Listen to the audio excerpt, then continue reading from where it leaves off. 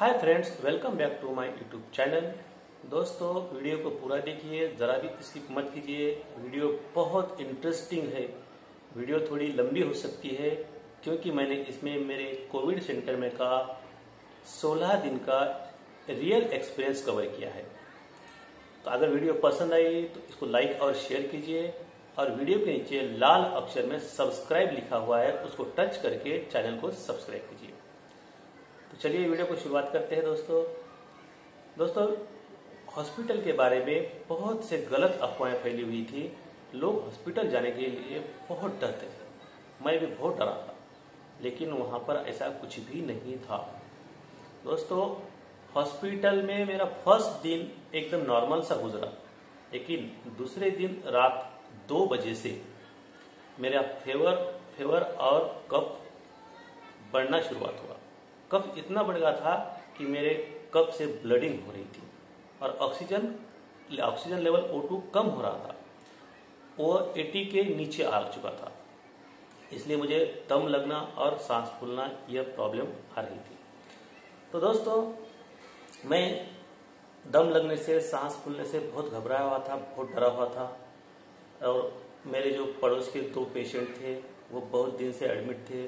उनका कोई ट्रीटमेंट वहाँ नहीं हो रहा था, सही ट्रीटमेंट नहीं हो रहा था, इसलिए वो प्राइवेट हॉस्पिटल जाने की तैयारी कर रहे थे।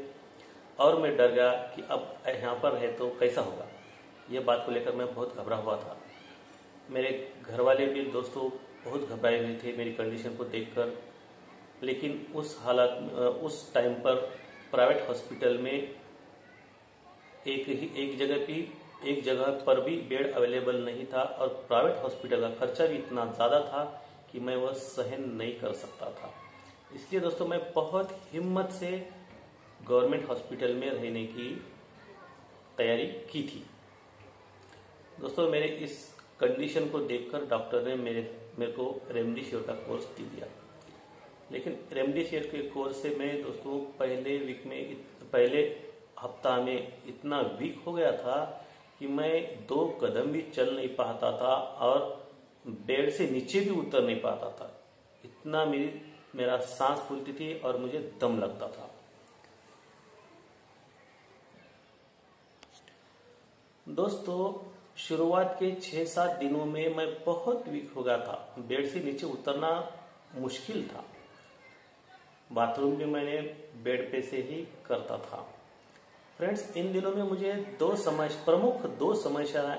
समस्याएं बहुत सताती थी।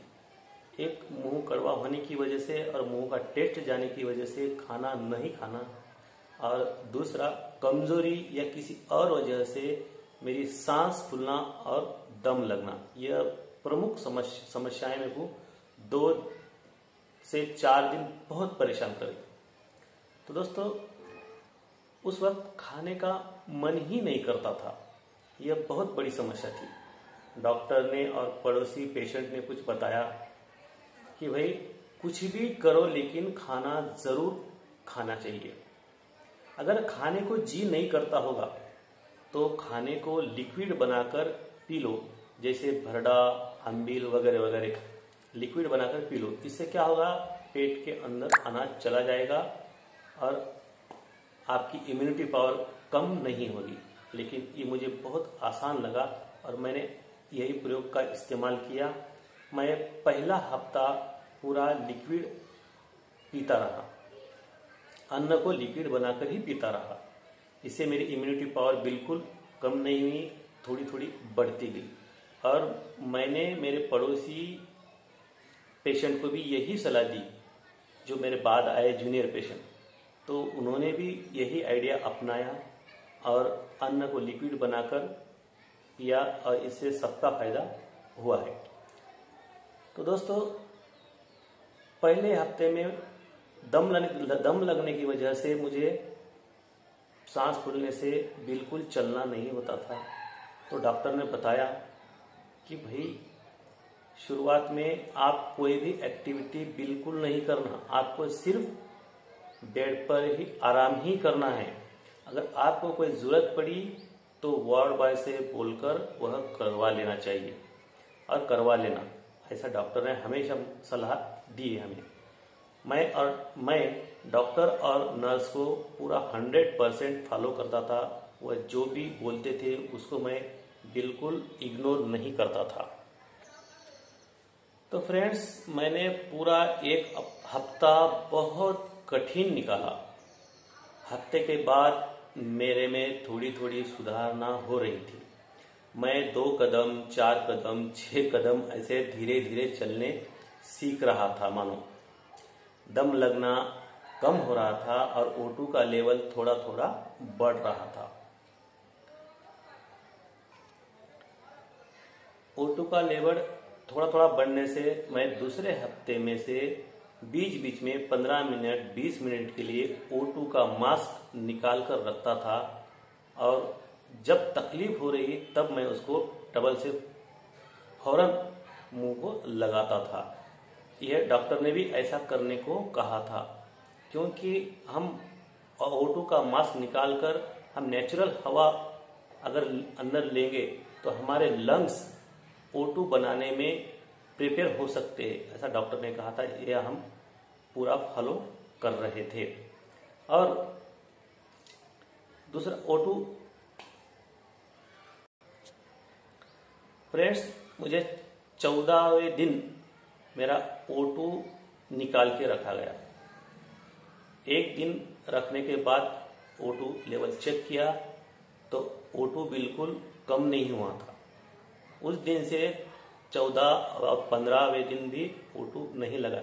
16वें दिन मुझे वार्ड के अंदर पहले धीरे धीरे चलाकर, उसके बाद फास्ट चलाकर मेरा O2 लेवल चेक किया गया, लेकिन O2 लेवल कम नहीं हुआ। O2 लेवल बराबर रहने के बाद मुझे अगले दिन हॉस्पिटल से डिस्चार्ज मिला। फ्रेंड्स, एक बात हमें याद रखना चाहिए, हमको कोविड सेंटर के अंदर कोई भी उठाकर खाना खिलाने वाला वहाँ अपना कोई नहीं रहता। आप उठिए, खाना खाइए, आपको खाना होगा, ऐसा जबरदस्ती से खिलाने वाला हॉस्पिटल के अंदर हमें कोई नहीं मिलता। यह सब हमें खुद ही करना पड़ता है। अगर हम नॉर्मल है तो ये बात ठीक है, लेकिन हम खाना नहीं खाने से सीरियस बन सकते हैं। इसलिए मैंने हॉस्पिटल में किसी भी तरह कुछ भी कर मैं खाना बहुत खाता था, और खाना खाने को जी कहा तो उसे लिक्विड बनाकर उसे पीता था, कुछ भी करता था, लेकिन पेट में अन्न डालने से बिल्कुल पीछे नहीं हटता था। तो दोस्तों, हमारी यही एक प्लस पॉइंट है कि हमें खाना बहुत खाना चाहिए। दोस्तों, इस 8 से 16 दिन, इस 16 दिन के अंदर मुझे रोज के 8 से 10 इंजेक्शन और 8 से 10 टैबलेट रोज थे। दोस्तों, मैं इन टैबलेट इंजेक्शन से इतना परेशान हो गया, इतना तंग आया था, बहुत तंग आ गया था, लेकिन मजबूरी थी, लेना ही था। दोस्तों, ऐसा हुआ कि आखिरी 2 दिन, जिस दिन मुझे डिस्चार्ज मिलने वाला था उससे 2 दिन पहले इन मेडिसिन का मुझे इतना रिएक्शन हो गया था कि मेरे पूरे आंग से चिकन पॉक्स जैसी बारीक बारीक और लाल फुंसियां आ चुकी थी। लेकिन 2 दिन के ट्रीटमेंट से वह पूरी कम हो गई, लेकिन रिएक्शन हो गया था। तो दोस्तों, मेरा 16 दिन का यह एक्सपीरियंस ऐसा है। अगर आपको पसंद आया है तो इसको शेयर कीजिए, ताकि दूसरे जो पेशेंट जब जाएंगे कोविड हॉस्पिटल में तो उनको इस मुकाबले से सामना करना नहीं पड़ेगा। उनको क्या करना है यह जल्द से जल्द समझ में आ जाएगा।